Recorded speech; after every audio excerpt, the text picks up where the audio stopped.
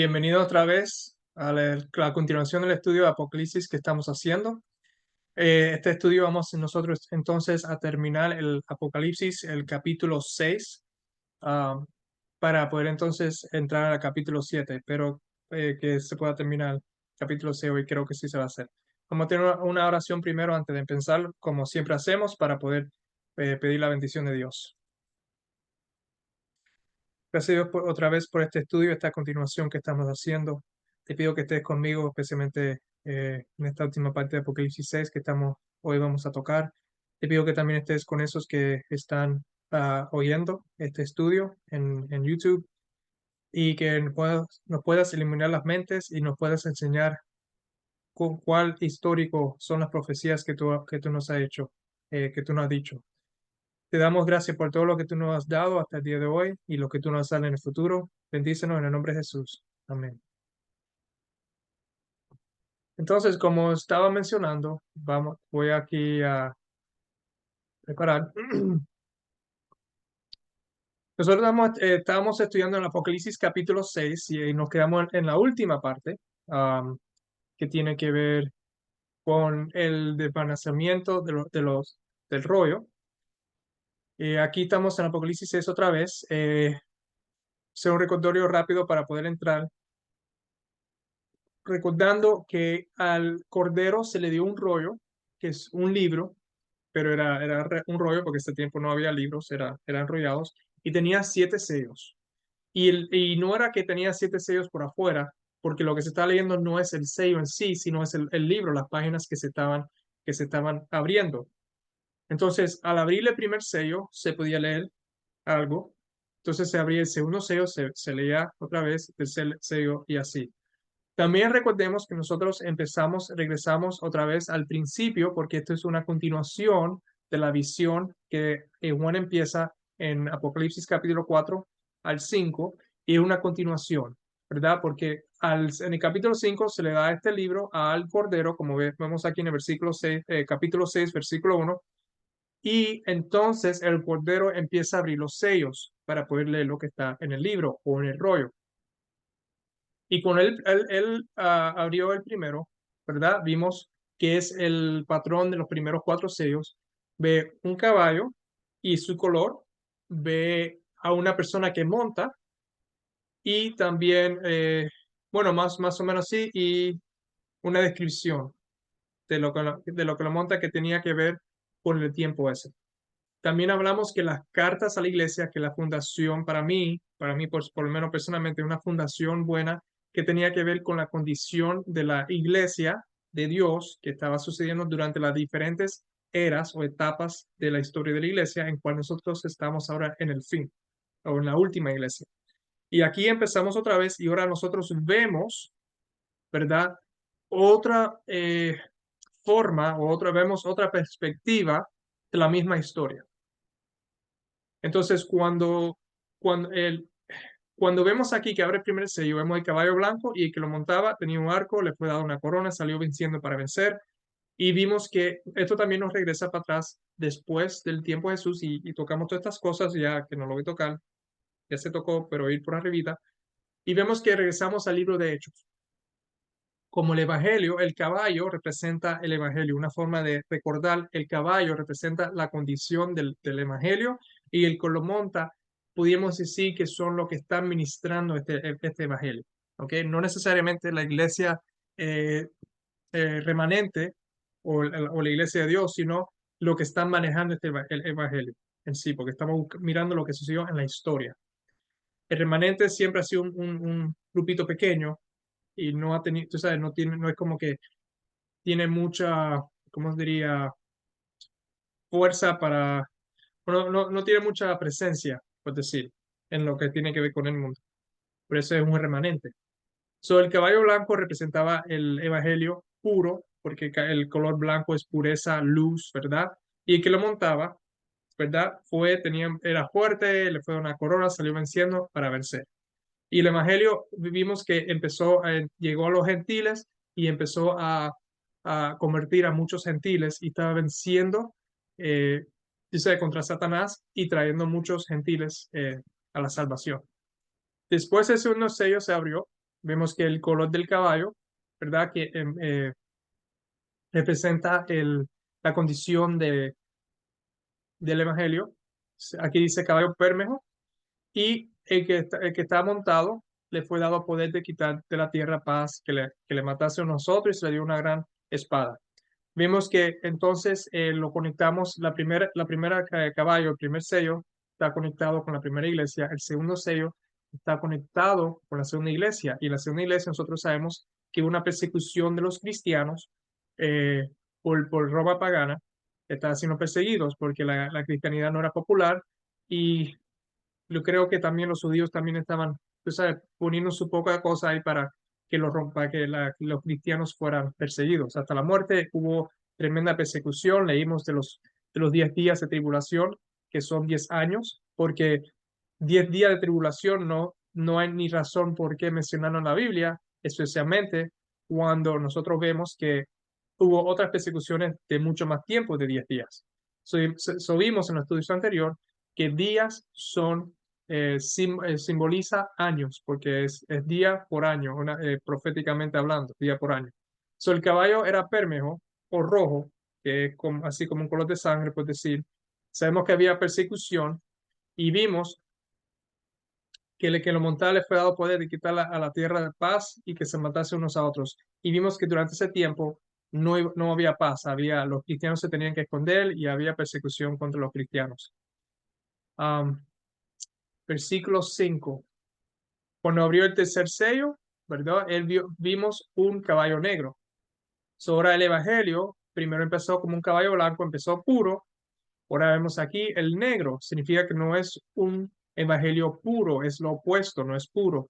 Vimos que en la tercera iglesia se empezó a ver una mezcla entre el paganismo y cristianismo, y como el paganismo entró en la iglesia y sus enseñanzas paganistas entre comillas, cristianizaron, y por eso vemos aquí el caballo negro, porque ya no es un evangelio puro, es un evangelio eh, corrompido.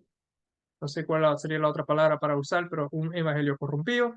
Tenía en la balanza, una balanza en la mano, y hablaba de 2 libras de trigo por un denario y 6 libras de cebada por un denario. Hablamos que el trigo era lo que se usaba para hacer pan para las personas, y la cebada era lo que se usaba para hacer comida, o era comida de los animales.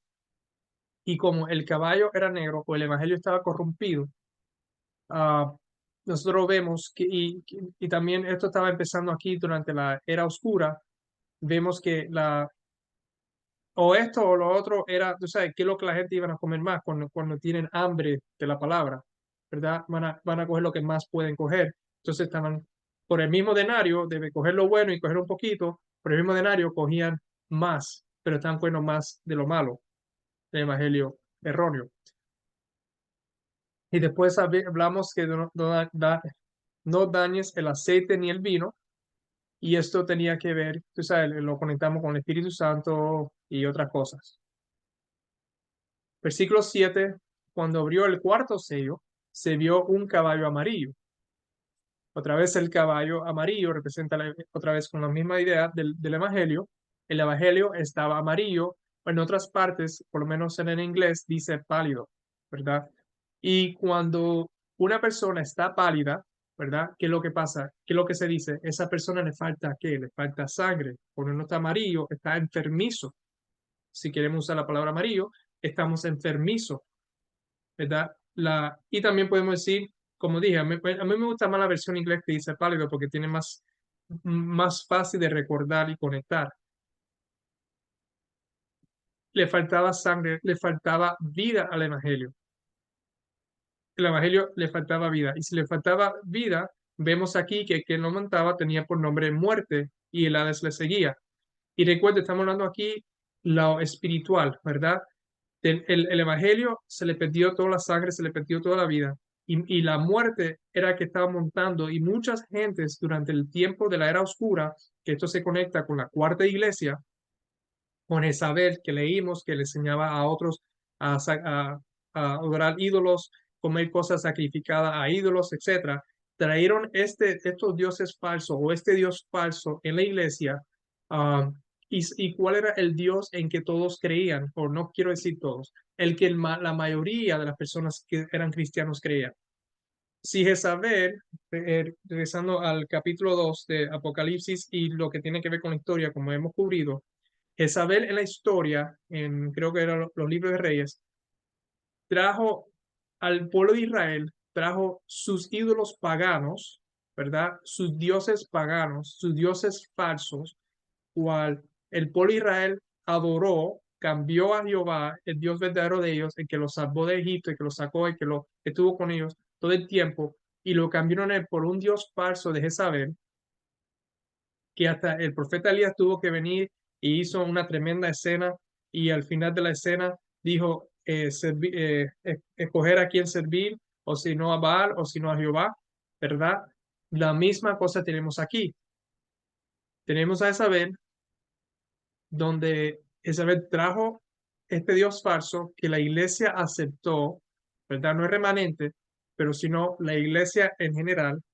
Tenemos un evangelio muerto, un evangelio sin sangre, que no tiene vida. El que lo está montando, lo que están controlando el evangelio se llama muerte, ¿verdad? Y el Hades o el sepulcro le sigue, hablando que espiritualmente lo que seguían este evangelio estaban muertos porque estaban muriendo y bueno, la muerte, tú sabes, la tumba, lo que le toca. Ah, ¿Quién era el que estaba encargado, por decir, el que gobernaba sobre todas las iglesias, o la mayoría de las iglesias, no quiero decir todas, la mayoría de las iglesias? Porque sabemos que en la cuarta iglesia, la carta de la cuarta iglesia, hay esos que todavía no estaban eh, mezclados con ese paganismo. La iglesia que estaba en cargo de todas estas cosas era la Iglesia Católica. El papado era el líder de la Iglesia Católica, el que controlaba la Iglesia Católica y controlaba, ¿cómo se llama? Controlaba sí, las iglesias cristianas. Bueno, es que eran católicas en sí. En este tiempo todavía la reformadora y los protestantes, las iglesias protestantes no existían en este tiempo, durante esta época. Eso viene al quinto sello. Entonces, ¿cuál es el Dios que, que el Papa, no fue ni el Papa, esto fue, como le hemos leído, fue durante la tercera iglesia, la etapa de la tercera iglesia que tiene que ver con el tercer sello? ¿Cuál fue el Dios, igual como Isabel introdujo, cuál fue el Dios que el paganismo cristianizó y introdujo a la cristianidad, que hasta el día de hoy se adora en la mayoría de ellos? Y en eso, esto es un hecho, no una opinión, fue la Trinidad. Y esto ya lo hemos cubrido especialmente durante el estudio de las cartas a las iglesias, la tercera y la cuarta. Y por esta razón es que el Evangelio estaba muerto, sin vida. ¿Por qué? Porque reemplazaron a Cristo, ¿verdad? Y pusieron a otro falso. Y entonces por nombre muerte, le fue dada potestad sobre la cuarta parte de la tierra para matar con espada, con hambre, con mortandad y con las fieras de la tierra. So, en el planeta Tierra, la cuarta parte de la tierra, la que la Iglesia Católica tenía y el papado tenía control, todos los que no seguían sus doctrinas y no aceptaban la Trinidad y el domingo, yo sé que los adventistas solamente se enfocan en el domingo, pero la Trinidad era parte de eso. El domingo viene por causa de la Trinidad, ¿ok? Ah, y esto lo vamos a tocar en el capítulo 7 un poquito, pero de otra perspectiva, de otra forma. Vemos que ellos fueron y estaban matando para que la gente se conviertan a la cristianidad de ellos, que es la misma cristianidad de hoy en día de la mayoría. Entonces, cuando vemos al versículo 9, cuando abrió el quinto sello, ya el, es muy interesante porque ya no vemos caballos, ¿verdad? Ya no vemos la condición de los evangelios cambiando. No significa que no hay un evangelio puro, sí lo hay. Pero lo que estaba diciendo desde el principio es que esto es lo que es por general la mayoría, ¿verdad? Es lo que estamos viendo. Igual como cuando vimos en la etapa de las iglesias, que había estos cambios, pero Jesús decía que había esos que todavía no negaron su nombre, había esos que todavía, tú sabes, estaban en el camino correcto, aunque la mayoría, él está hablándole a la mayoría de lo que estaban haciendo mal.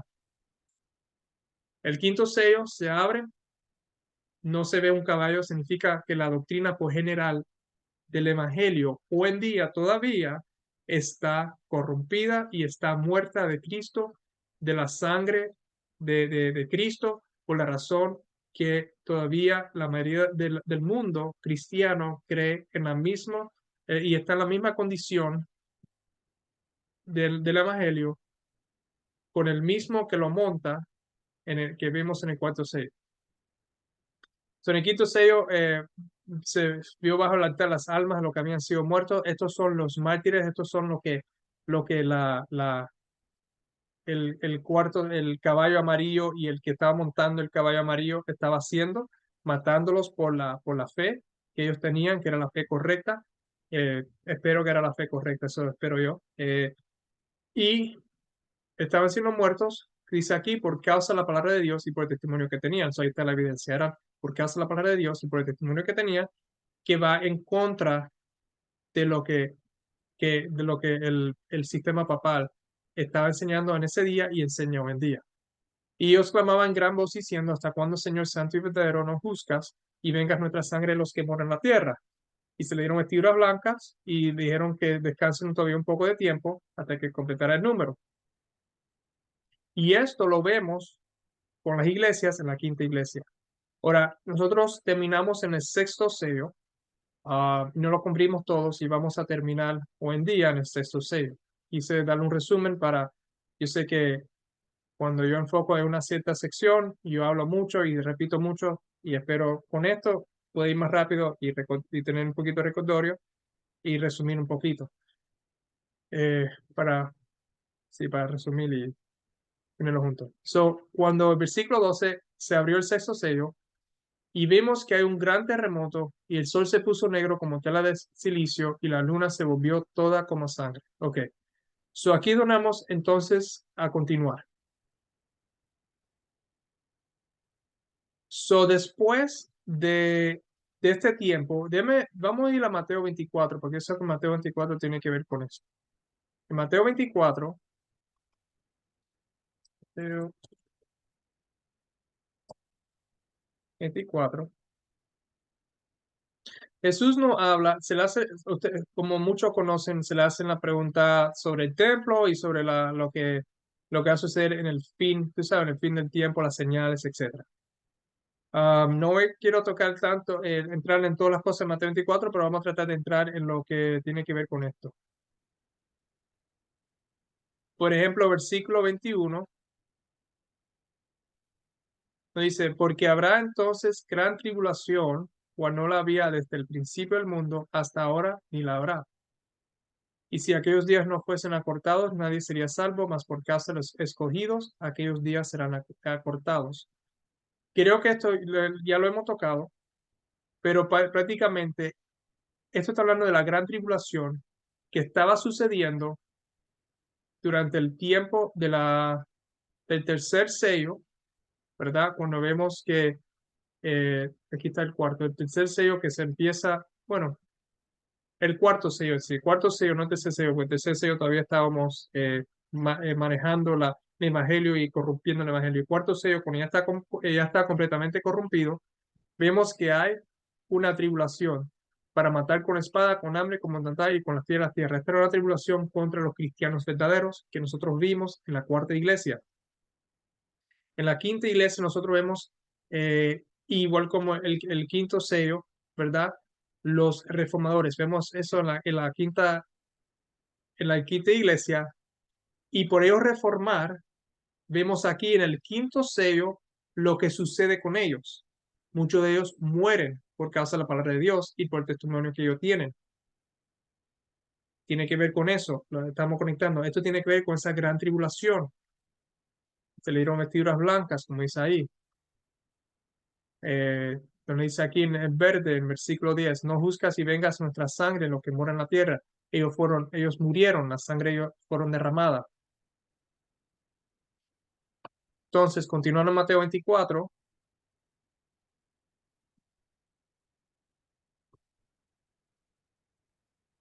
versículo 29. Inmediatamente después de la tribulación de aquellos días, ¿Cuál tribulación esta? Se está hablando otra vez. Es la gran tribulación, cual no había desde el principio del mundo hasta ahora, y la habrá. Y así aquellos días no se fueren acortados, nadie sería salvo. Mas por causa de los escogidos, aquellos días serán acortados.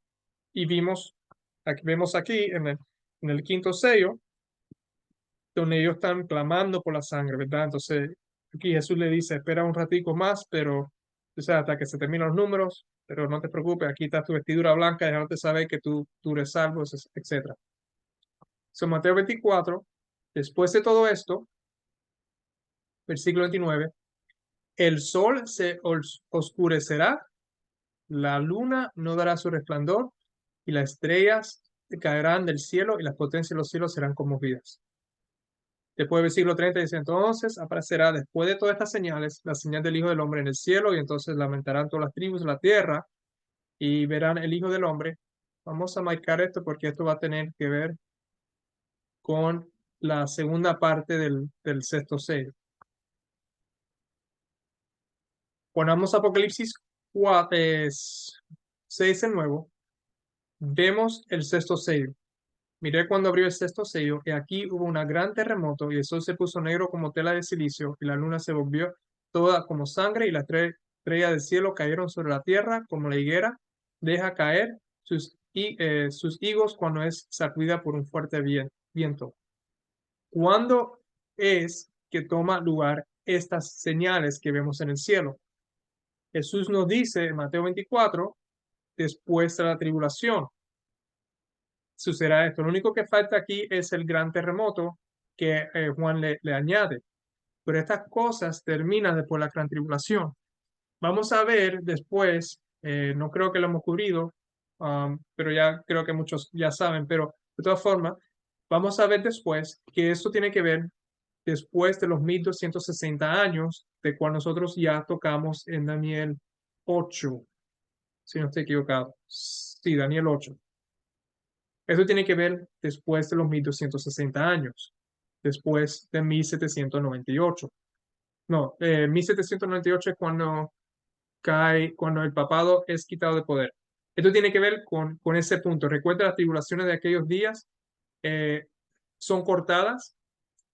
En Daniel, vamos aquí a Daniel 8, ya que estamos hablando un poquito de todo. Daniel 8.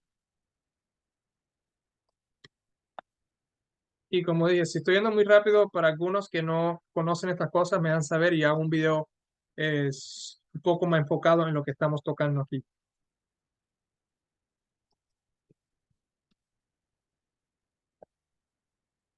No, no es Daniel 8. Daniel 7.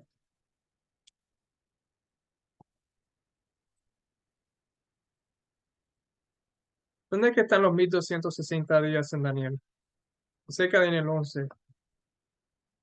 Digo, no 11, quiero decir 12. Pero no, ay, bueno, no me recuerdo.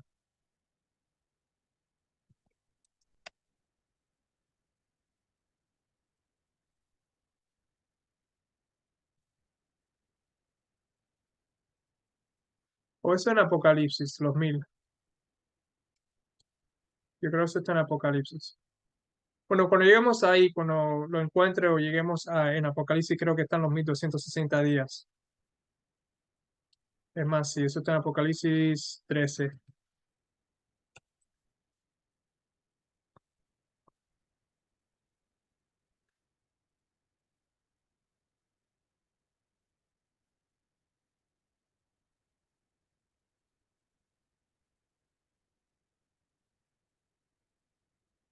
Ok, denme un segundo mientras lo busco para no gastar más tiempo. So, ok, regresando, ya lo hemos encontrado. Hablando de los 1260 días.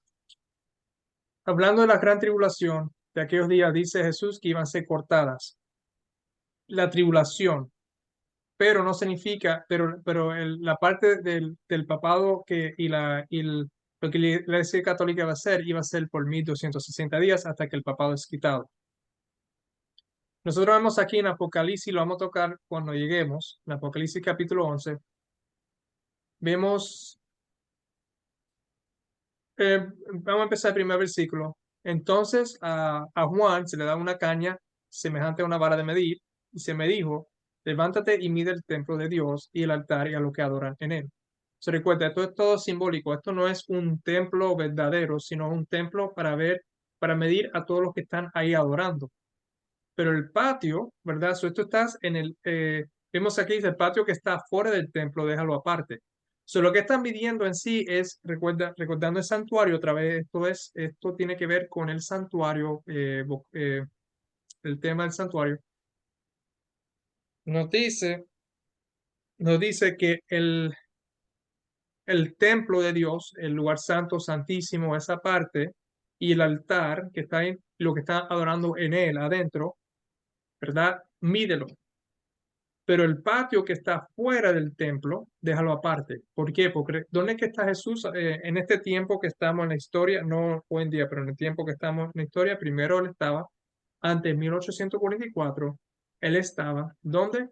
En el lugar santo, y ahí es donde está los verdaderos adoradores están con Jesús. Pero el patio que está fuera del templo, déjalo aparte y no lo midas porque ha sido entregado a los gentiles y ellos hollarán la ciudad santa 42 meses.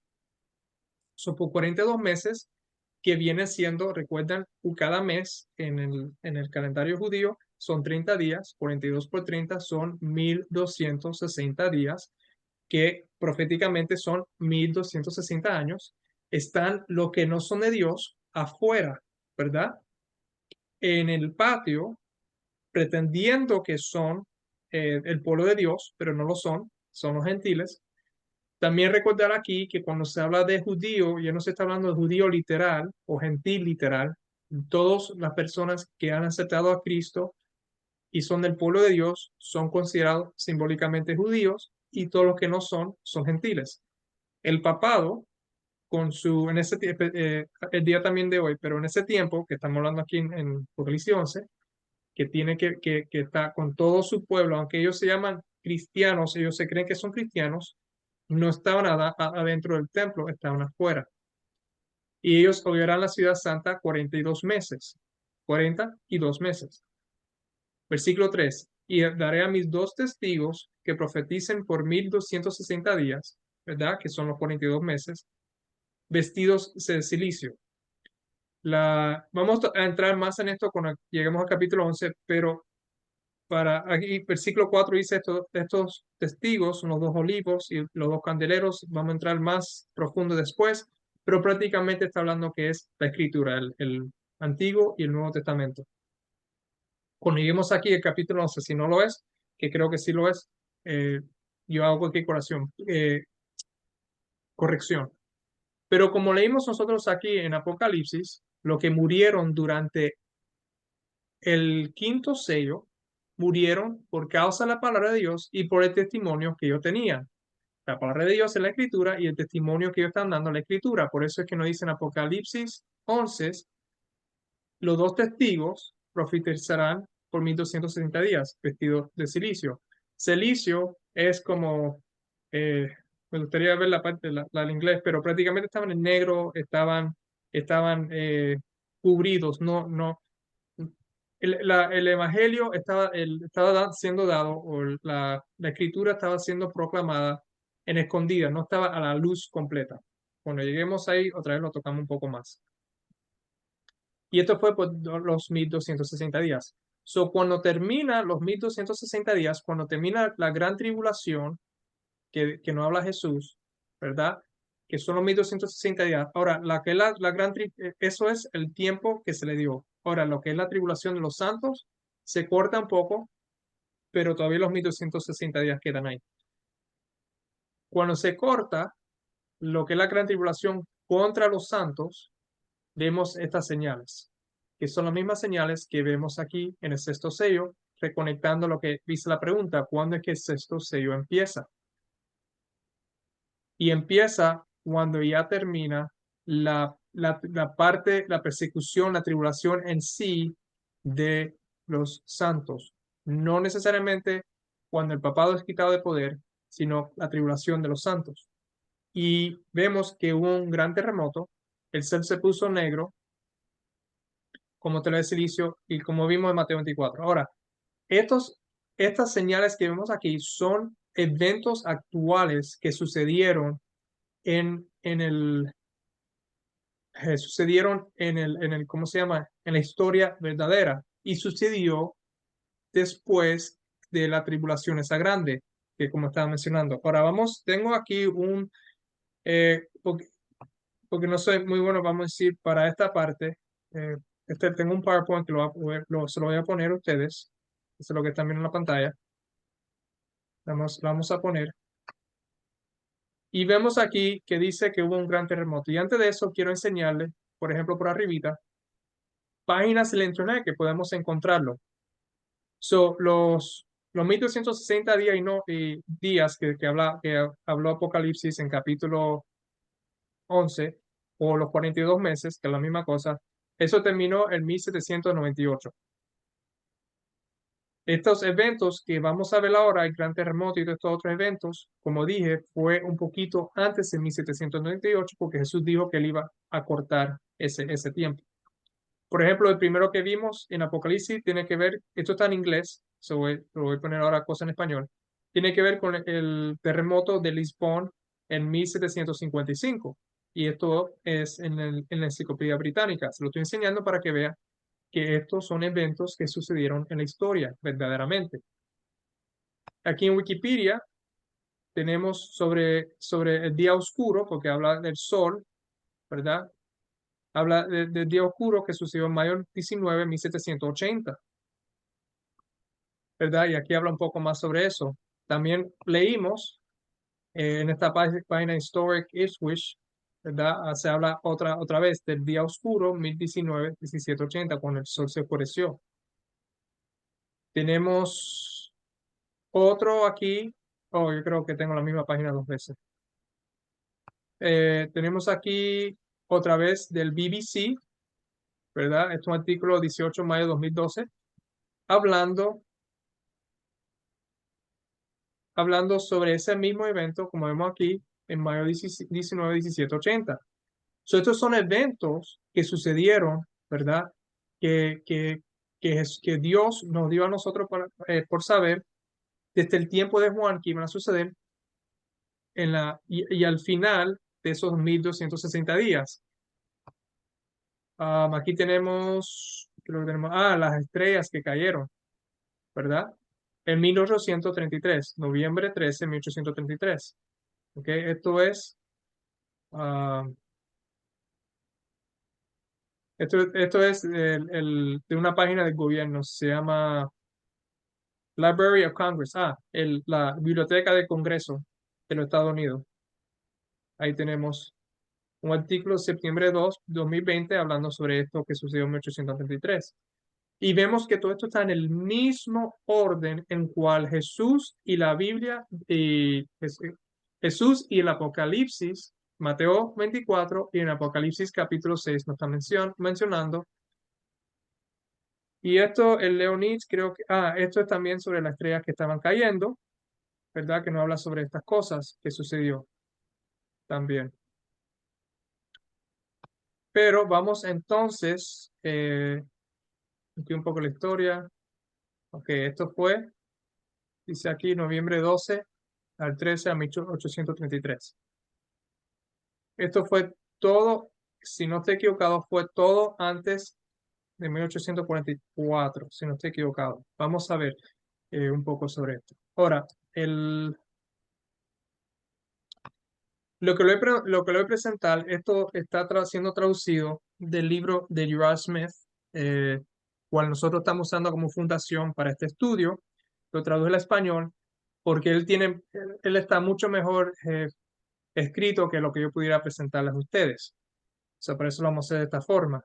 Vamos a poner aquí la primera parte, ¿verdad? Que tiene que ver, que leímos en Apocalipsis 11, nos dice, primero hubo un gran terremoto. Vamos a ver sobre este gran terremoto. Primero hubo un gran terremoto y nos dice aquí, el gran terremoto. Espero que lo puedan leer, si no, yo sé que la letra está un poquito chiquita, pero se lo voy a leer. El primer acontecimiento Bajo este sello, quizás el que marca su apertura es un gran terremoto. Como cumplimiento más probable de esta predicción, nos referimos al gran terremoto del 1 de noviembre de 1755, conocido como terremoto de Lisboa.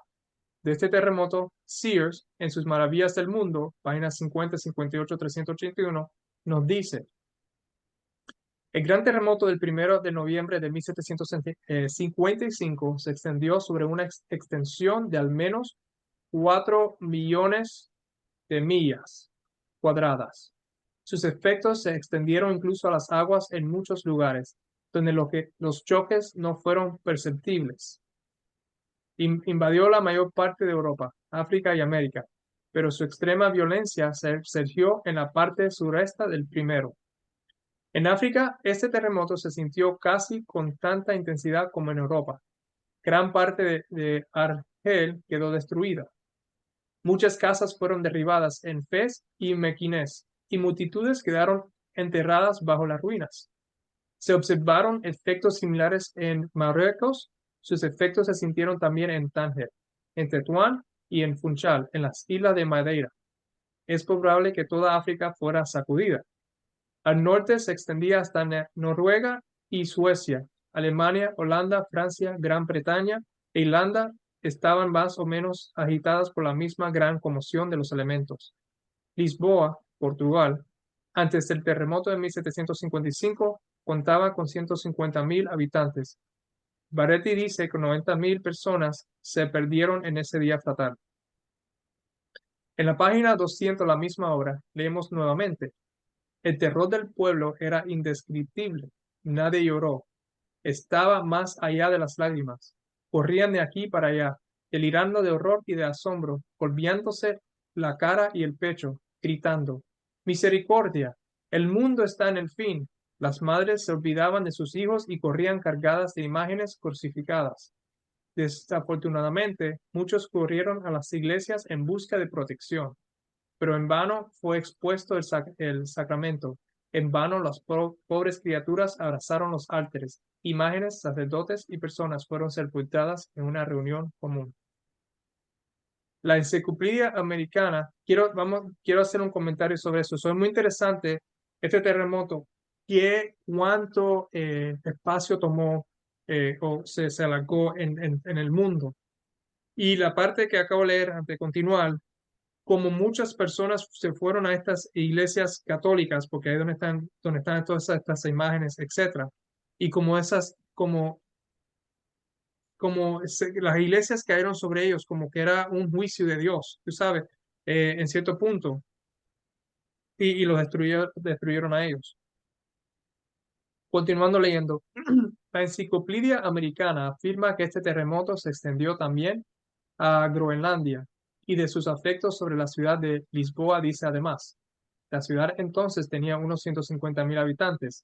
A la conmoción siguió instantáneamente la caída de todas las iglesias y conventos, de casi todos los edificios grandes y públicos, y de más de una cuarta parte de las casas. Unas 2 horas después del shock, estallaron incendios en diferentes barrios y ardieron con tal violencia durante casi 3 días que la ciudad quedó completamente desolada. El terremoto ocurrió en un día santo. Ahora, cuando dice aquí un día santo, está hablando de un domingo. Y si miramos la historia, yo no chequeé esta parte, pero me imagino que sería un domingo, o si no era un día, puede ser festivo eh, que ellos tuvieran, pero vamos a continuar. El terremoto ocurrió un día santo, cuando las iglesias y conventos estaban llenos de gente, de la cual muy pocos escaparon. Sir Charles Lyell eh, de la siguiente descripción gráfica de este notable fenómeno, os dio la siguiente descripción. En ninguna parte de la región volcánica del sur de Europa se ha producido en los tiempos modernos un terremoto tan tremendo como el que comenzó el 1 de noviembre de 1755 en Lisboa. Déjeme hacer un paréntesis. Esto fue escrito, Joel Smith escribió esto en 1897. Desde 1897 hasta el día de hoy, todo lo que estoy leyendo o se está leyendo aquí, se está viendo, no creo que se ha duplicado o ha llegado a este punto.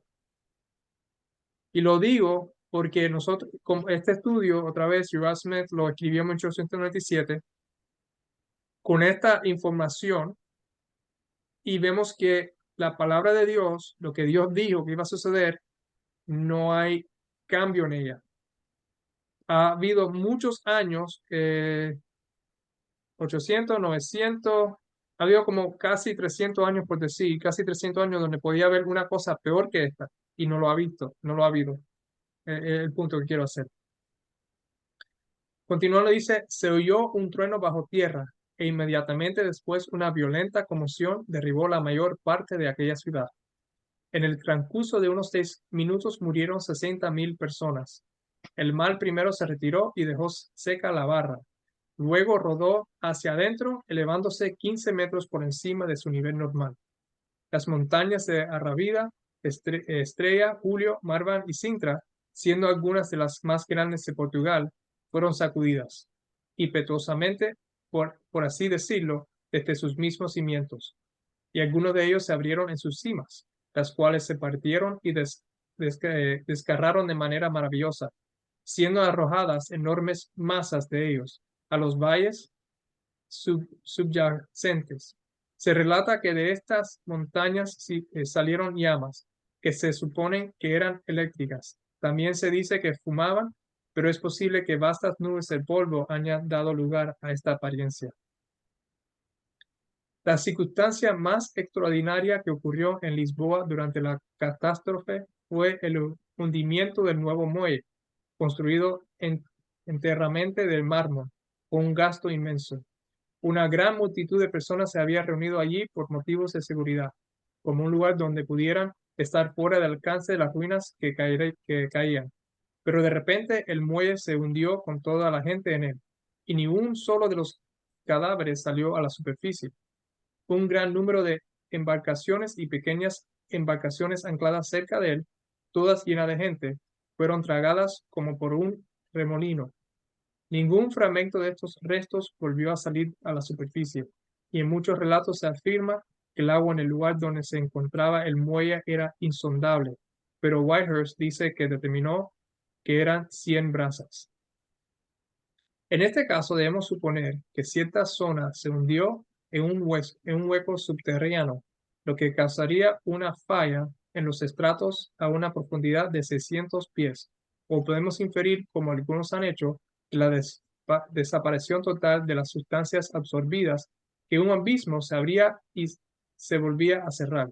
Sin embargo, al adoptar esta última hipótesis, debemos suponer que la parte superior del abismo, a una profundidad de 100 brazas, permaneció abierta después del choque. Según las observaciones hechas en Lisboa en 1837 por el señor Sharp, los efectos destructores de este terremoto se limitaron a los estratos terciarios y fueron más violentos en la arcilla azul sobre la que está construida la parte baja de la ciudad. Ningún edificio, afirma, sobre la piedra caliza secundaria o el basalto resultó dañado. La gran zona sobre la que se extendió este terremoto de Lisboa es muy notable. El movimiento fue más violento en España, Portugal y el norte de África, pero casi toda Europa, e incluso las Indias occidentales, sintieron el impacto el mismo día. Un puerto marítimo llamado Saint Ours, a unas 20 millas al sur de Lisboa, quedó sumergido. En Argel y Fez, en África, la agitación de la tierra fue igualmente violenta, y una distancia de 8 leguas de Marruecos, una aldea con sus habitantes, en números de unas 8 o 10 mil personas, juntos con todo su ganado, fueron tragados. Poco después, la tierra volvió a cerrarse sobre ellos.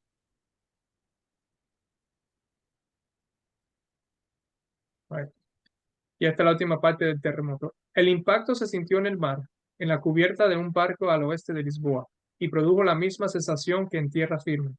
Frente a San Lucas, el capitán del barco, Nancy, sintió que su barco se sacudía tan violentamente que pensó que se había estrellado contra el suelo. Pero al levantar el plomo, encontró una gran profundidad de agua.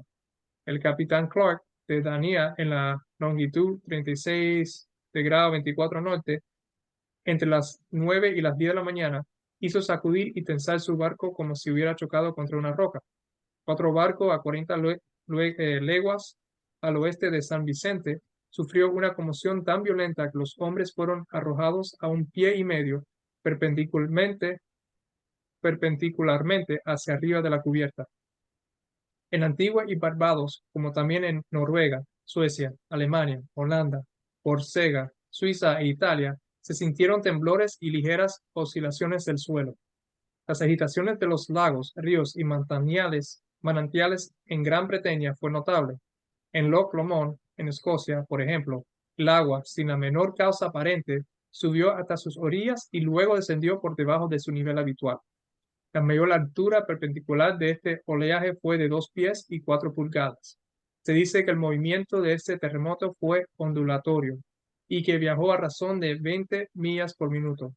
Una gran ola barrió las costas de España y se dice que alcanzó 60 pies de altura en Cádiz. En Tánger, en África, subió y bajó 18 veces en la costa. En Funchal, en Madeira, se elevó hasta 15 pies perpendicularmente por encima de la marca de la marea alta, aunque la marea, que allí sube y baja 7 pies, estaba entonces a medio reflujo. Además de entrar en la ciudad y causar grandes estragos, desbordó otros puertos marítimos de la isla. En Kinsale, Irlanda, una masa de agua se precipitó hacia el puerto, giró alrededor de varios barcos y llegó al mercado. Se dijo antes que el mar se retiró por primera vez en Lisboa, y esta retirada del océano de la costa al comienzo de un terremoto y su posterior regresó en forma de ola violenta es un hecho común. Para explicar el fenómeno, Michel imagina un hundimiento en el fondo del mar a partir de la sección del techo de alguna cavidad, como consecuencia de un vacío producido por la condensación del vapor. Observa que tal condensación podría ser el primer efecto de la introducción de una gran masa de agua en fisuras y cavidades ya llenas de vapor, antes de que hubiera habido tiempo suficiente para que el calor de la lava incandescente convirtiera una reserva tan grande de agua en vapor, lo cual al realizarse pronto causa una explosión mayor.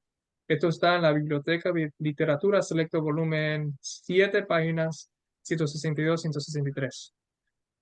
Esto es lo que tenía que ver con el terremoto, el gran terremoto. Ahora quiero que sepa que, como ven, el libro que escribió Joseph Smith tiene muchos detalles y por eso es que, aunque puede ser que repita mucho, estoy tratando de expandir en lo que se puede expandir y condensar lo que se puede condensar. Pero voy a dejar que él haga el mayor trabajo aquí, porque él lo hizo mucho mejor que yo. Lo próximo que vemos, como dice en la pantalla, que el sol se volvió negro como tela de silicio. Vemos aquí el último, ¿cuál fue la fecha? En 1755, y ahora vemos, le sigue 1780, ¿verdad? So vemos que está yendo de año a año, igual como el orden lo dice en la Biblia. Y otra cosa, antes que se me olvide, esto no solamente está en el libro de Apocalipsis, esto también está en el libro del Antiguo Testamento, se me dio cuál libro está, pero estos mismos eventos se mencionan por lo menos una o dos veces, se mencionan en el mismo orden, sobre el tiempo del fin. Lo bueno es que en el Apocalipsis está un poco más moderno, por decir, más al tiempo cuando Juan lo escribió.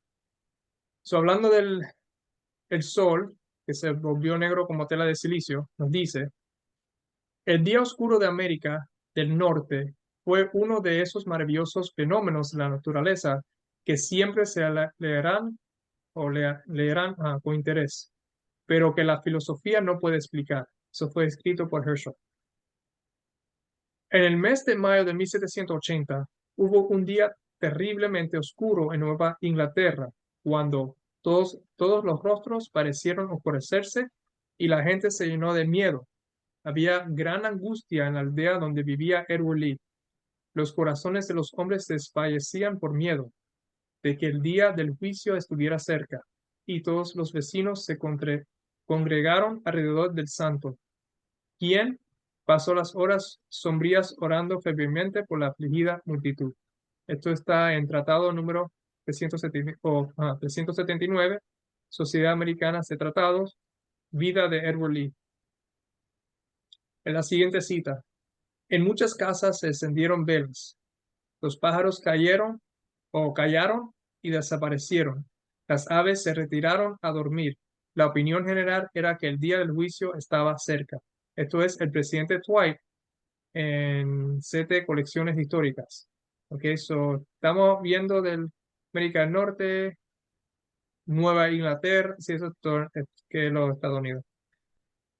La próxima cita. La oscuridad era tal que obligaba a los agricultores a dejar su trabajo en el campo y retirarse a sus viviendas. Las luces se hicieron necesarias para las transacciones comerciales dentro de casa. La oscuridad continuó durante todo el día. Esto es historia de Raleigh de Gage, Massachusetts. El próxima cita nos dice que los gallos cantaban como al amanecer y todo tenía el aspecto de la oscuridad de la noche. La alarma que produjo este aspecto inusual del cielo fue muy grande. Portsmouth Journal, 20 de mayo de 1843. Fue escrito. Ahora, no significa que esto sucedió en 1843, porque vemos que arriba dice 1780. Esto es un artículo que fue escrito en 1843, hablando sobre el día. Dice la próxima cita, era la medianoche del mediodía. Miles de personas que no pudieron explicarlo por causas naturales quedaron enormemente aterrorizadas y de hecho arrojó una tristeza universal sobre la tierra. Las ranas y los halcones nocturnos comenzaron sus notas. Esto fue escrito por Dr. Adams. Próxima cita. Ocasionalmente se han conocido días similares, aunque inferiores en el grado o extensión de su oscuridad. Se desconocen las causas de estos fenómenos. Ciertamente no fueron el resultado de eclipses, guía del conocimiento de Sears. Sabemos aquí, como dije también de los terremotos, etcétera, que dice él, se han conocido días similares, pero no al nivel que esto sucedió. Y desde ese tiempo hasta el día de hoy, no conozco ningún evento histórico que ha sucedido como esto. Y esto no fue resultado de eclipses. Vamos a la siguiente cita. Casi, si no del todo, el fenómeno más misterioso y sin embargo inexplicable de su tipo en la diversificada gama de acontecimientos de la naturaleza durante el último siglo es el oscuro día del 19 de mayo de 1780. Un oscurecimiento de los más inexplicable de todo el espectro visible, cielos y atmósfera en Nueva Inglaterra, lo que trajo intensa alarma y angustia a multitudes de mentes, así como consternaciones a la creación bruta, las aves huyendo desconcertadas a sus perchas y los pájaros a sus nidos, y el ganado regresando a su refugio, sus puestos. De hecho, miles de personas buenas de aquella época quedaron plenamente convencidas que había llegado el fin de todo lo terrestre. La magnitud de esta oscuridad también era muy notable. Se observó en las regiones más orientales de Nueva Inglaterra, hacia el oeste hasta las zonas más alejadas de Connecticut y Albany. Al sur se observó a lo largo de toda la costa del mar y al norte hasta donde se extendían los asentamientos americanos. Probablemente superó con creces estos límites, pero los límites exactos nunca se conocieron con certeza. Eso está en nuestro primer siglo por R. M. Devens, página 89-90. Leyendo esto, nos está diciendo, podemos ver otra vez, como dije, sobre el terremoto. Qué escena tan grande y tan fuerte que dio al mundo, especialmente la área, por lo menos las áreas que han sido afectadas por estos eventos, tanto miedo que ya para ellos ya era la segunda venida de Jesús. Ok, esta es la última 3 citas.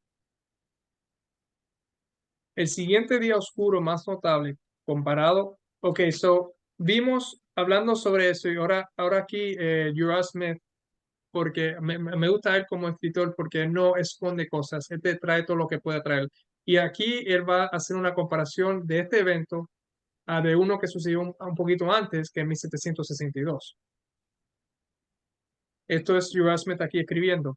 El siguiente día oscuro más notable, comparado con el de 1780, fue el de 1762. De este, el señor Devens, del Our First Century, página 96, o el primer siglo, página 96, habla de la siguiente manera. Ahora va a citar. También hubo una oscuridad notable en Detroit y sus alrededores el 19 de octubre de 1762, siendo casi total durante la mayor parte del día. Estaba oscuro al amanecer y así continuó hasta las 9 cuando se aclaró un poco, y durante aproximadamente un cuarto de hora el cuerpo del sol fue visible, apareciendo rojo como la sangre y más de 3 veces más grande de lo habitual. Todo este tiempo el aire era de un color amarillento y sucio. A la 1:30 estaba tan oscuro que fue necesario encender velas para atender las tareas domésticas. Hacia las 3 de la tarde la oscuridad se hizo más densa, aumentando en intensidad hasta las 3:30, cuando sopló un viento de suroeste que trajo una ligera lluvia, acompañada de una profusa cantidad de finas partículas negras, en apariencia muy parecida al azufre, tanto en olor como en calidad. Una hoja de papel limpia expuesto bajo la lluvia se volvía completamente negra donde quiera que cayeran las gotas, pero cuando se lo tenía cerca del fuego se volvía de color amarillo y cuando se quemaba burbujeaba sobre el papel como polvo húmedo. Tan negro volvían estas partículas de polvo todo lo que caían, que hasta el río estaba cierto de una espuma negra que cuando se le quitaba de la superficie se parecía a la espuma de jabón, por la diferencia de que era más grasosa y su color tan negro como la tinta. A las 7 de la tarde, eh, el, el aire estaba más claro. Este fenómeno se observó en una vasta región del país, y aunque se permitieron varias conjeturas sobre la causa de un suceso tan extraordinario, se le atribuye el mismo grado de misterio que el de 1780, confundiendo la sabiduría incluso de los filósofos y hombres de ciencia más eruditos. Obsérvese que esta oscuridad también cae dentro del tiempo especificado en la profecía para que ocurra esta señal, es decir, entre los años 1755 y 1798. Pues creo que leímos que el gran terremoto era 1755.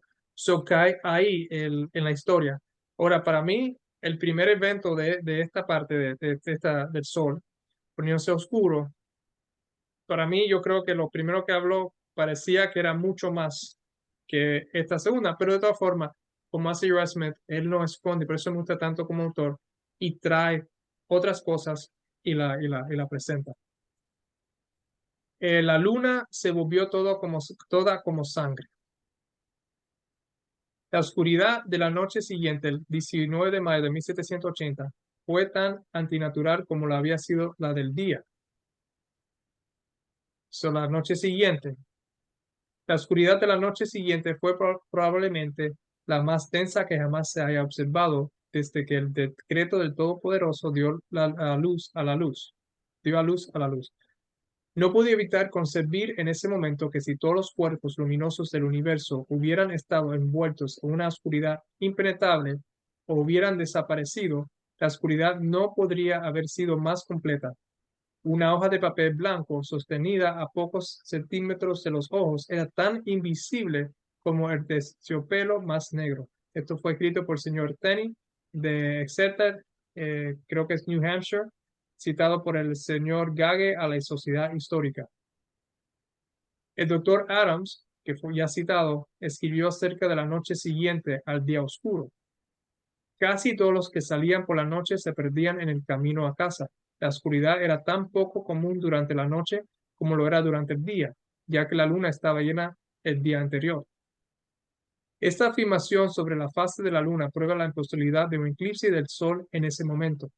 Y cada vez que en esta noche memorable apareció la luna, como lo hizo en ciertos momentos, tenía, según esta profecía, apariencia de sangre. porque como dice Apocalipsis, la luna se volvió todo como sangre. Y por último, las estrellas del cielo cayeron sobre la tierra, como la higuera deja caer sus higos cuando es sacudida por un fuerte viento.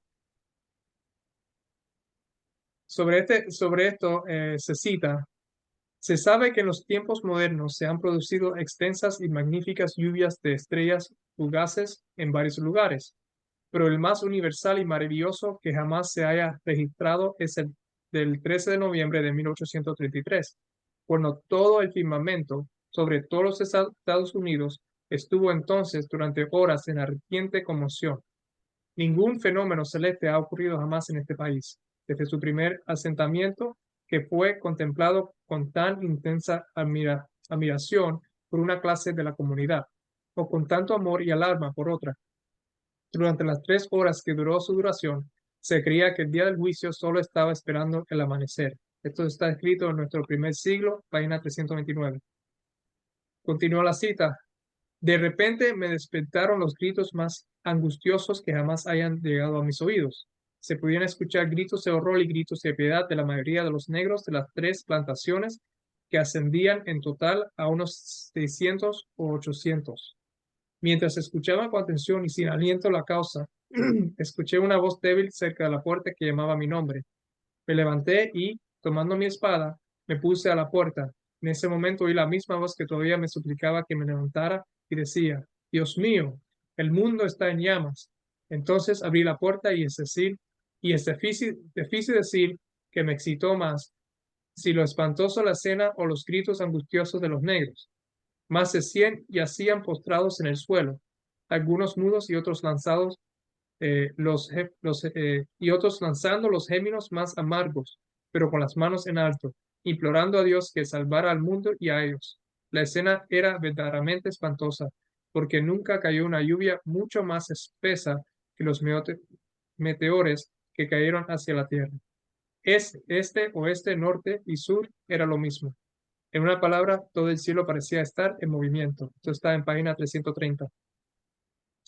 So, vemos, vamos a parar aquí porque esto es todo lo que tengo ahí para eso.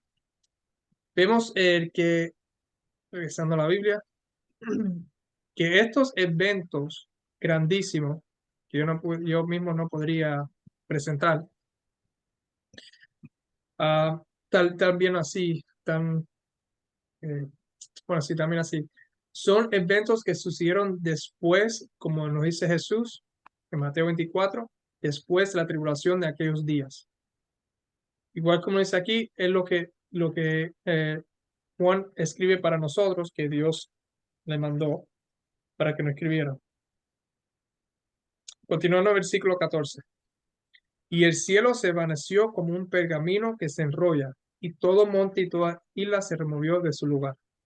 Y los reyes de la tierra, y los grandes, los ricos, los capitanes, los poderosos, y todo siervo y todo libre se escondieron en las cuevas y entre las peñas de los montes. Y decían los montes y las peñas: caed sobre nosotros y escondernos del rostro de aquel que está sentado sobre el trono y de la ira del Cordero, porque el gran día de su ira ha llegado, y quién podrá sostenerse en pie. So voy a coger la última parte de lo que leí primero, antes de ir para atrás al versículo 14. Vemos que después que se desvanece como un pergamino el cielo, vemos que todos, ¿verdad?, se esconden y dicen que el gran día de su ira ha llegado, y quién podrá sostenerse en pie. ¿Cuál es el gran día de la ira? Cuando nosotros estábamos haciendo este estudio, que yo toqué este pedacito antes, que era solamente tocándolo por arriba, yo estaba un poquito aquí y un poquito allá, y dije, cuando lleguemos aquí lo vamos a ver. Sabemos que en 1844, como hemos visto hasta ahora, lo poco que hemos visto en los últimos estudios que hemos hecho, que Jesús está entrando en el lugar santísimo. Y sabemos también que hemos visto, comparándolo con Daniel capítulo 7, que el entrar al lugar santísimo tiene que ver, y también comparándolo, viéndolo con el sistema de santuario aquí terrenal que Dios nos dio como ejemplo, que es el tiempo donde el sumo sacerdote entra al lugar santísimo, o Jesús está entrando al lugar santísimo también, estudiando el terrenal y el celestial a la misma vez. Y vemos que que hay un juicio en el cielo y, en el lugar, y aquí en el terrenal se está haciendo una expiación final por todos los pecados que están en el templo. En el caso celestial, Jesús está ahí, los libros se están abriendo, se está leyendo toda la historia, quién hizo qué, si se perdonaron, si son, que si van a ser, si van a estar en el libro de la vida, si no van a estar en el libro de la vida, etcétera. Es un juicio. Ese juicio no es el gran día de la ira. ¿Por qué? Porque ahí Jesús, para esos que están en el libro de la vida, está dando presentándose a él como nuestro, a Dios como nuestro abogado para la misericordia, o sea, pidiendo misericordia, muy opuesto a la gran día de su ira. El gran día de su ira tiene que ver con la segunda venida, cuando ya el que es bueno, el que es malo, el que se perdió, el que es salvo y salvo. Vemos aquí que los reyes de la tierra, y los grandes, los ricos, los capitanes, los poderosos, todos siervos, etcétera. Versículo 16, decían los montes y las peñas, cae sobre nosotros y escondernos el rostro de aquel que está sentado sobre el trono y de la ira del Cordero. Vamos a ver la ira del Cordero, amor, lo vemos un poco más después, en los próximos capítulos. Pero el punto es este, están escondiéndose por lo que viene. So, en el versículo 14, el cielo se vaneció como un pergamino que se enrolla, y toda monte y toda isla se removió de su lugar. So, si estamos en el contexto de los sellos, de unos rollos con los sellos, se abre el sello, se desenrolla, y estamos leyendo esto, que es más, el pérgamo es una palabra correcta para usar, porque creo que eso es el material que se usaba, si no estoy equivocado, y lo que se leía.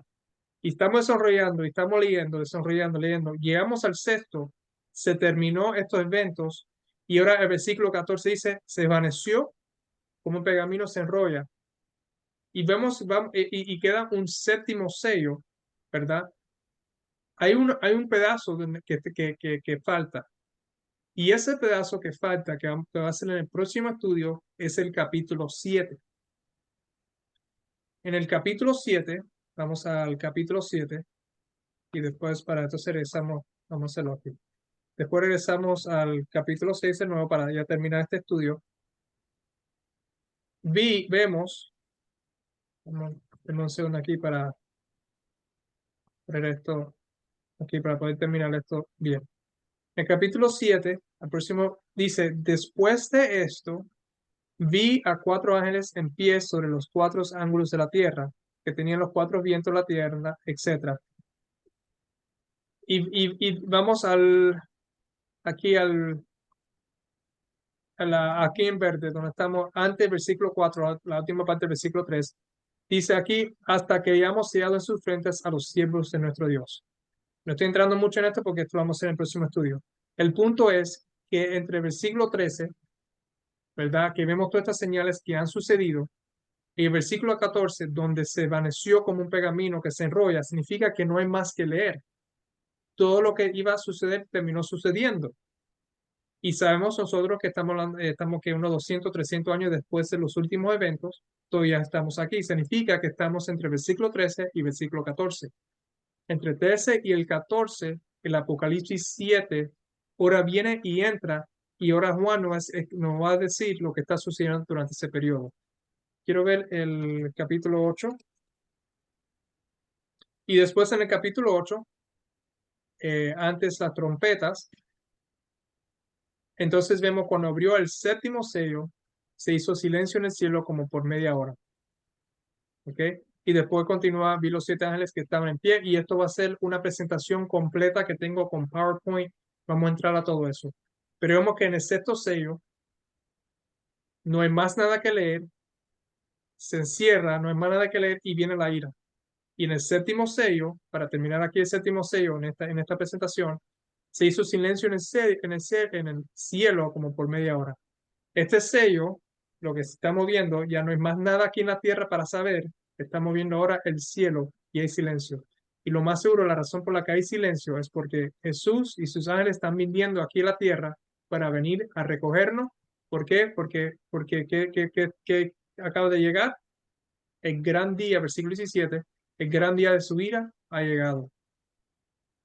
Y cuando ha llegado el gran día, ¿quién viene? Jesús y sus ángeles. Los sellos, estoy repitiendo para conectar todo, El cielo se desvanece, versículo 14, como un pergamino que se enrolla. No hay más nada que leer. Cuando se abrió el sexto sello de lo que estaba para leer, ya terminó, no hay más nada que leer. Ya va a venir Jesús y sus ángeles, y el séptimo sello nos lleva entonces la vista al cielo, viendo que hay silencio, porque por lo que tengo entendido, por lo que he estudiado, es que viendo ahí Jesús con sus ángeles están viniendo acá y no hay nadie allá excepto Dios, ¿verdad? Esperando que Jesús y sus ángeles traigan al remanente, a los salvos, para atrás, para arriba. Hay silencio. So, con esto, recordando que el capítulo 7 está entre versículos 13 y 14, vamos a terminar aquí el estudio. Vamos a terminar el estudio para entonces el próximo estudio reconectar estos últimos versículos con el capítulo 7. Vamos a tener una oración para terminar. Gracias a Dios por este estudio, gracias porque pudimos terminar ya el capítulo 6, poder ver todos estos eventos que tú profetizaste por medio de Juan y cómo se han cumplido y como no ha habido ningún evento así en la historia desde el tiempo ese. Ya estamos en el tiempo del fin. Espero que este estudio pueda ser también para muchos un llamamiento a despertar y reconocer que hay que poner todas nuestras cosas en orden porque ya Jesús está en las puertas. Te pido por estos que están hoy, conmigo hoy y los que van a oír en el futuro y por muchos más que quieran estudiar estas cosas. En el nombre de Jesús, amén.